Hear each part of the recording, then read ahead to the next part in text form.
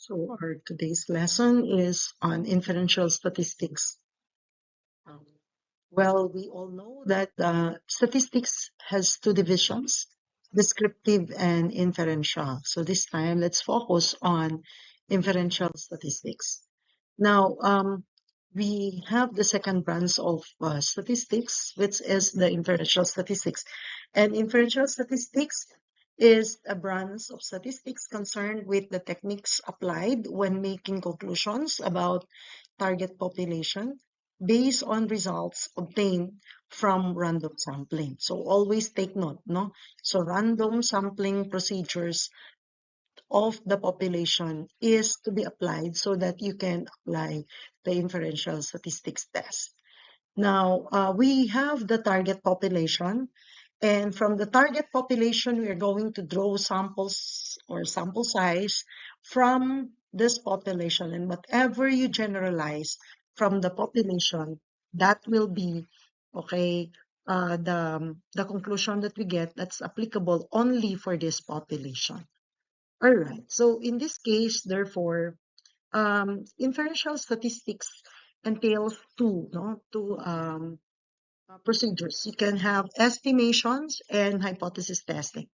All right. So when you talk about estimation is the process by which a statistics a statistics computed from random samples is used to approximate or estimate the value of the population parameter.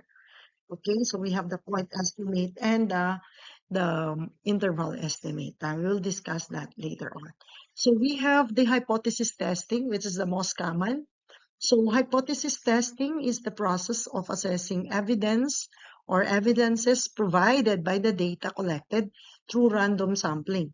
So I emphasize here through random sampling. In this case, the sampling design should be probability sampling. And this evidences is in favor of a statement about the population parameter. Okay, so there are two types of estimates. So we have the estimation process, we have the point estimate, and the interval estimate. So a point estimate is a single numeric value used to approximate a population parameter. So you do inferences based on a single value, and that is estimated, no?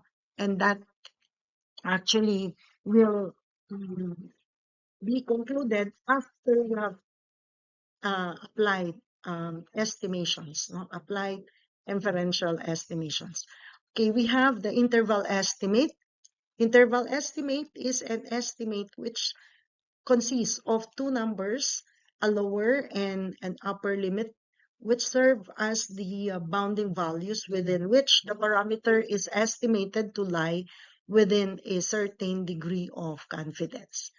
And then we have the point estimate and the interval estimate. So how do we therefore interpret the outcome? Because when you talk about inferential statistics, we do already the process of interpreting. So you estimated a single value, that is a point estimate, or you have an upper and lower bound within that particular interval. If that is lying within the estimate, then it is supposed to be rejected or accepted. So in this case, we interpret an interval estimate that you have set, okay, based on a margin of error. So for example, you talk about 5% margin of error, we have a 95% confidence, no, that your data is, or the conclusion is acceptable. So let's take, for example, suppose the lower and upper limit of a 95% interval estimate for the prevalence of post-traumatic syndrome disorder among survivors of Typhoon Yolanda, okay, are estimated to be within the interval of 30% and 50% respectively. So how do we interpret this? So practically, we interpret it as, okay, we are 95% confident that the prevalence of PTSD or post-traumatic syndrome deficiency or disorder among survivors of Typhoon Yolanda is from 30% to 50%. Okay, for statistical interpretation, so we have the practical interpretation and we have the statistical interpretation. Statistical interpretation of the phase, we are 95% confidence that if the study is valid, we can be repeating it 100 times, using comparable group of subjects. The same sampling design will be used and the same sample size also will be utilized. And if an interval estimate will be computed each time, 95 of this 95% of this interval, okay, including one we have computed, will obtain the population prevalence of PTSD or among survivors of Typhoon Yolanda. That's the statistical interpretation of the interval estimate that we have set. Now that's an example of how we interpret estimation. Now let's go into hypothesis testing. So what is hypothesis testing? Why test hypothesis? Okay, I keep on emphasizing in our previous lectures, when we had our descriptive statistics, that hypothesis is an educated guess. It is educated, but it is a guess. So it remains to be a guess until tested, so that you need to test hypothesis. And that's the essence why we're going to study hypothesis testing. Now, what is hypothesis testing? Hypothesis testing, therefore, refers to the component of statistical inference which involves the process of assessing evidence provided by data in favor of a statement. So, in other words, you set a statement which is hypothetical statement, and you gather evidences, and you are going to organize these evidences, you analyze it, and now you're going to interpret it. That's the last phase of the statistical process that I have emphasized with you in our previous lectures. So the last phase now is the inferential, and we are going to test the hypothesis so that we can draw inferences, or we can draw conclusion in favor of the hypothetical statement that we have set, and that is hypothesis testing per se. So what are the steps involved in hypothesis testing? There are several steps. First is you should realize that hypothesis testing is also called significant test. And when you say the hypothesis is significant, it means therefore that you're going to reject none. All right, so we will go to that later on. So we will reject null. Rejection of the null hypothesis implies that your claim is true. In other words, you will test a claim about the parameter using evidence or using data in the sample that you have gathered, And then the technique is introduced by so many type of tests. So I'm going to discuss afterwards, So the next slide will talk about steps in hypothesis testing using the z-test. So we will now I'm now going to introduce one sample z-test. Okay, z-test is used when you're going to have a sample size to be compared to a population size, and you are involving large number of samples. Okay, so t-test is used when you are going to involve small sample size. All right, the procedure is broken into 4 steps only. So there are 4 steps. Each element of the procedure must be understood so that you can formulate now, your inferences out of these 4 procedures or these steps. Okay, so what are the 4 steps? So the first step is to to state your null and alternative hypothesis. By the way, in any condition, there are two hypotheses. All right? So the hypothesis that you're going to set is null and alternative.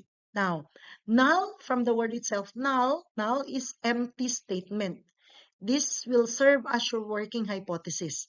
So your null is a working hypothesis.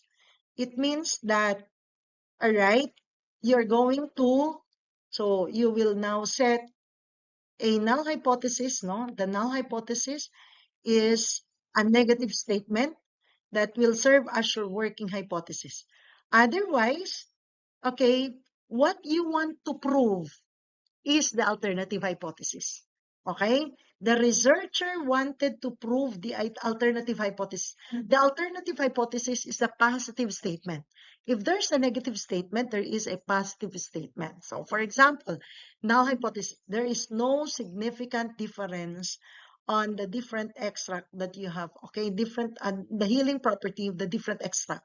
So, walang pagkakaiba. Meaning to say, kahit alin dito, mabisa pa rin.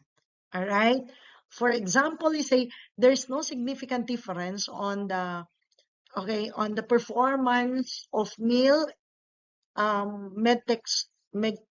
medical technologies from that of female medical technologies in terms of in terms of blood extraction. So, sinasabi kasi nila na mas magaling yung mga lalaki kaysa mga babae. So, you will now prove that. You will not say, mas magaling? Sino nagsabi? Okay? So, you will create a null hypothesis. There's no significant difference. What is the alternative? There is significant difference. All right. So, there is significant difference. So, that, when you say there is significant difference, may mas magaling. So, may alternative hypothesis tayo. What is the alternative hypothesis? The alternative hypothesis is the hypothesis that the researcher hopes to prove. Okay? That's alternative. Now, you have to state that properly. And there are two ways to state it. Okay? We have directional and non-directional. Now, I'll discuss that later on.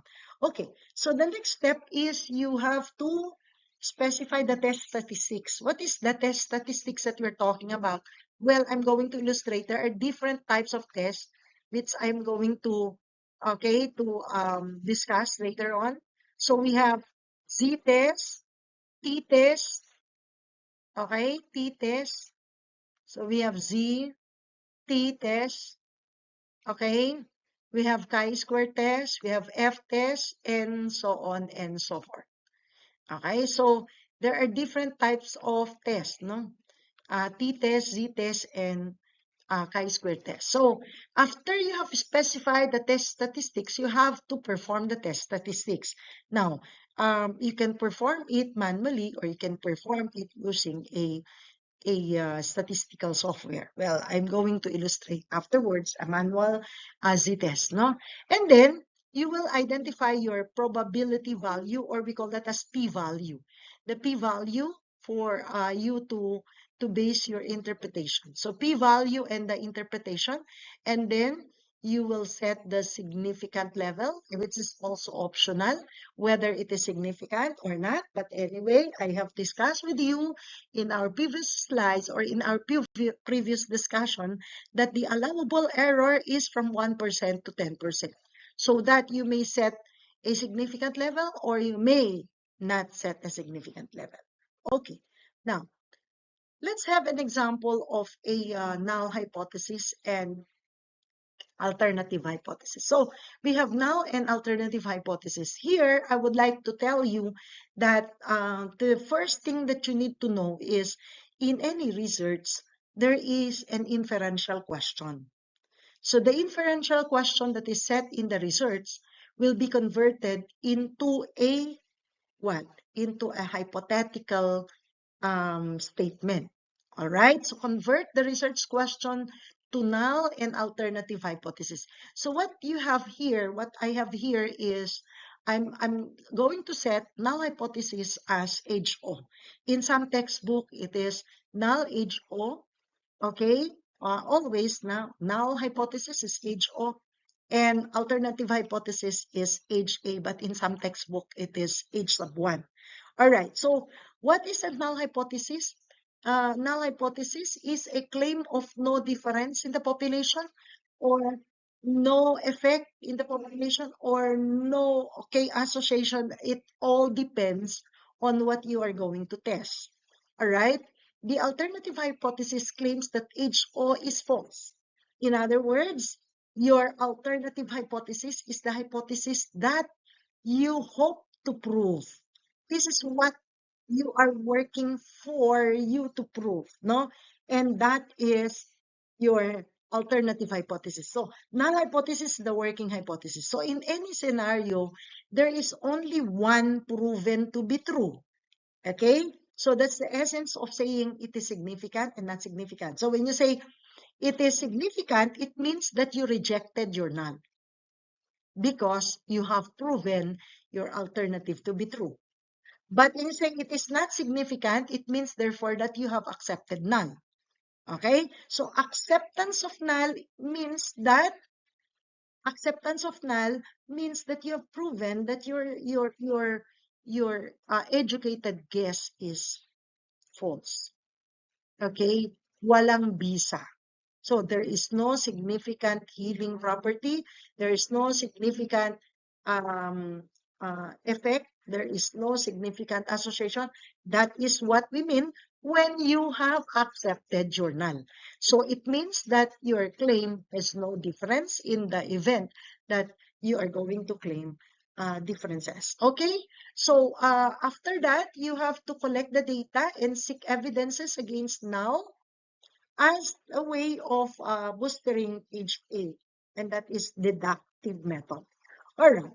Now, moving on, let's talk about the illustration here. All right. I'm going to show null hypothesis and alternative hypothesis using the t-test. Okay, the z-test rather. So let's have this problem. The problem is a study is conducted among 20 to 29 years old men. So what is my target population? Men ages or aging 20 to 29 years old, no? And it was found, so this is the point. It was found that the men mu, so what is the mu here? That is the population mean. The men mu population mean body weight in pounds is 170. So 170 pounds with a standard deviation, population standard deviation of 40 pounds. We want to test whether men body weight in the population is now different. Okay? So you have taken, so what is your null hypothesis? Your null hypothesis is there is no significant difference on the body weight that you have sampled from that of the population mean. Now, what is the point here? The point here is when you use z-test, you are now making a comparison between population mean and sample mean. Okay? So we have here your alternative hypothesis, therefore, is there is significant difference. Now, what is the alternative hypothesis?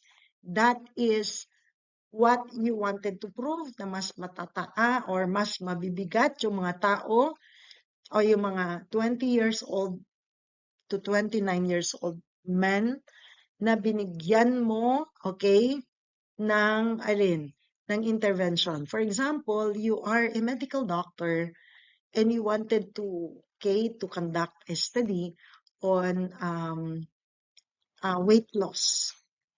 Okay, weight loss, particularly weight loss intervention. Meron kang diniscover na medicine na nagpapababa ng timbang. So ito yun, no? Kasi sinamarize ko na lang. So nagpapababa ng timbang. And that, accordingly, the average weight of men from aging from 20 to 29 years old is 170. Ngayon, you got sample size and you have given, for example, this this randomly, you have taken men ages 20 to 29 years old, and you have given an intervention. What's the intervention you have given? You have given a weight loss program, whatever program is that. And then after a month or two, okay, that you have implemented the program, you are going to compare whether there is a significant difference, no, after you have given the intervention. So, what is your null hypothesis? Your null hypothesis is there is no significant difference. Okay, so there are two types of stating the alternative hypothesis: the one-sided test and the two-sided test. Okay, what is one-sided? It's directional. That, all right, the population mean is greater than the sample mean, and that is one-sided. Okay, the population mean is not. All right. In other words, there is relatively the same. There is no significant difference, so it's inequality. No? All right. Now, definitely, this is how we state hypothesis, but you should state it in a, what I have done here is I stated it in a statement, in a mathematical form. All right. Now, let's have that example. So this is an example of one sample size, one sample test of mean when your population standard deviation is known, which is your alpha. Okay, let's use this uh, uh, is utilizing now the z-test, no? So this is how we compute. So z-test is now equal to the mean minus the mean that you have obtained in your sample. No? This is the mean obtained in the sample. Okay, this is this one, the mean obtained in the sample, and the population mean. All right, you divide it by the standard deviation. Okay, all right. Now you divide it by the um the quotient between the standard deviation of the population and the square root of the sample size. This is how we take, okay, sum of square, no? Ito siya, square error. So this is how we get it. So how will we do it? We're going to divide. Okay, what is the symbol here? This is SD, population SD. Those of you, Black C, no? Hindi kayo nag-under sa akin ng ano. Alright, SD ito ng standard deviation, SD of population. Okay, this is a standard deviation of population. Alright, so moving on, let's have now to compute the SE, no? Okay, since the data here is the mean of the population, or we call this as the mu, is 170 pounds. And then the standard deviation of the population is 40 pounds. Now you have taken a random sample randomly, no? All right. Simple random sampling of 64 men. This 64 men, kasi sinamarize ko lang, no? 64 man, you're going to apply the intervention. So you applied now a program, all right, and you computed the sample, the population mean. So you get now what the square of error. So we have standard deviation divided by square root of 64. Square root of 64 is 8. 40 divided by 8 is 5. And this is now your SE of the mean, no? The standard error from the mean. We call this as SE from the mean, standard error from the mean. That is what you're going to divide. But if you run this in an Excel or you run statistical software, okay, madali lang, kompleto na, lumabas na yung data. Okay, so we found out that the mean of this, okay, the mean of the 64 that you got, no, 64 man that you got is 173. Now, nag-increase yung kanilang weight imbes na bumaba. Kasi ito nga, may intervention pero nagpalaki pala ng muscle ang ginawa, so tumaas yung kanilang weight. And that is a question, no? So, yung intervention na ginawa nila is nag-gym. So, nag-gym pero nagpalaki ng muscle, tumaas, bumaba ang fat. Pero, tumaas ang timbang. Pero, bumaba ang fat. Eh, yung pala, muscles ang napag-grow, no? Something like that. But anyway, what is the Z value? It is now 0.60. Applying now the formula. Okay, napakadali lang ng mana-mano ng Z value. But you should know how to compute the standard deviation and you compute the mean. And I know that I have taught you that anyway. No? Okay, so well, you will not do the manual computation. You can work out immediately using software. But what is important is I will show you that you can do it manually and you can compare it in the computation in the software. Okay, so how do we interpret now? All right, so that we will now interpret the output, no? The Z value is obtained. The probability, okay, the P value answers the question, what is the probability of the observed test statistics when HO is true? So that's how we interpret the probability value. Then, okay, you should realize that when p-value is set, okay, saan ang anong p-value natin? Ang p-value definitely is based on the obtained output, no? Okay, as smaller and smaller p-values provide stronger, alright, evidences against this HO. Pero nang nakuha natin kanina, okay? Small p-value, strong evidence. Meaning, kapag ang probability value mo is 0.00001, something like that, well, there is a strong evidence that you are going to reject null hypothesis. It means that strong evidence that null hypothesis is rejected. It is significant. No? Ano din ang ipoprove natin, yung alternative will be true. Alright? In this case, you talk about the borders of the significant interpretation. And so, if p-value is greater than 0.10, non-significant evidence against HO. Meaning, you have to accept HO. Okay? Kasi greater siya. Alright?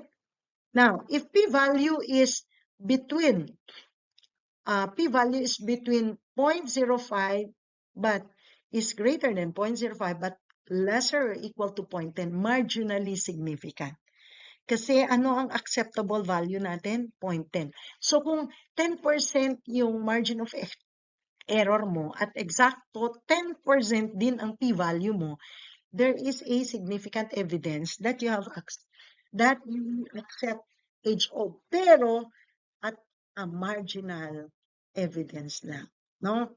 Okay, so yung nakuha natin kanina is 0.06. Right, so it is marginally significant. Now, if p-value is lesser or equal to 0.05, but greater than 0.01, it is significant. All right, but if p-value is lesser or equal to 0.01, it's highly significant. So you see that, no? So what did I say last time? For clinical trials, you should set a 0.01 margin of error because you are going to what? You're going to propose a medical, okay, what is this? A solution for medicine, no? For cure of a disease. Kaya dapat 0.01. And if you're setting a margin of error of 0.01 and you got 0.01, it is still, your p-value is still highly significant. Okay? Now, let's take, for example, If P is 0.25, it means therefore that you reject, you accept HO rather. So, non-significant evidence against HO. Ano ang pinuprove natin? Ipoprove natin ang HA. Kaya, acceptance of HO means rejection of HA. Means that there's no significant difference. There's no significant effect. No? Okay, rejection of HO means it is significant. All right, you should know that because I'm going to give that in your final exam. Okay, so highly significant evidence against HO. All right, now let's talk about therefore alpha, or we call that as the rejection level. No, so we have alpha. All right, that is an alpha to be set to be 1% to 10%. Okay, so this is, and you're erroneously rejecting hypothesis. No, so let's take the threshold 0.10, 0.05, or whatever, 0.06 or whatever. So reject HO when alpha is lesser or equal to, when P is lesser or equal to alpha. So yun lang ang ilagay sa utak. So you are going to reject. Otherwise, you will commit errors, no? All right? Now, you are going to accept HO if alpha is greater, no? Then when probability is greater than alpha. Okay, so we have to set alpha to be at 0.10. Therefore, you're going to retain HO or accept HO. Okay, kanina, no? Set alpha to be 0.01 and the probability value is 0.001, reject HO. Okay, all right. But in most cases, there are instances that you commit an error. So there are two types of error. We have the type 1 error and the type 2 error. So you reverse the decision in the event that you have committed type 1 or type 2 error. So there are two types of decision errors, therefore. Type 1 error is erroneous rejection of true value of HO. Meaning, what does it mean? Kapag sinabi nating type 1 error, okay, type 1 error, you have accepted the hypothesis, null hypothesis, but in fact, you have rejected null hypothesis, but the real condition is null hypothesis is proven true. Therefore, you committed type 1 error. Okay? Type 2 error also is you have, okay, type 2 error. You have accepted null hypothesis. Well, in fact, null hypothesis is false. Therefore, you committed a type 2 error. So, therefore, you reverse your decision. So, there is a possibility that you will commit this error, no? Okay? Now, that ends our discussion. May I ask you to come up with this group activity? So, again, it's a group activity. So, what is required? You're going to submit this this January, no? Okay? Submit it on January 15. All right, January 15. So, search for 5 researches on public health which are inferential in nature. So, when you say public health means kasi nasa epidemiology kasi tayo, it has epidemiological components, no? Copy the hypothesis. Public health can be of course medtech research or public health research, no? All right.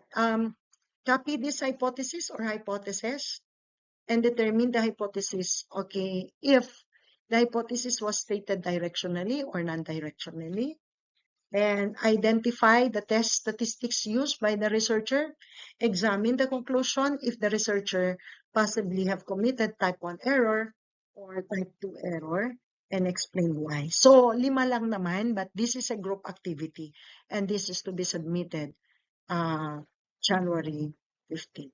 Thank you, and see you again for the next lecture.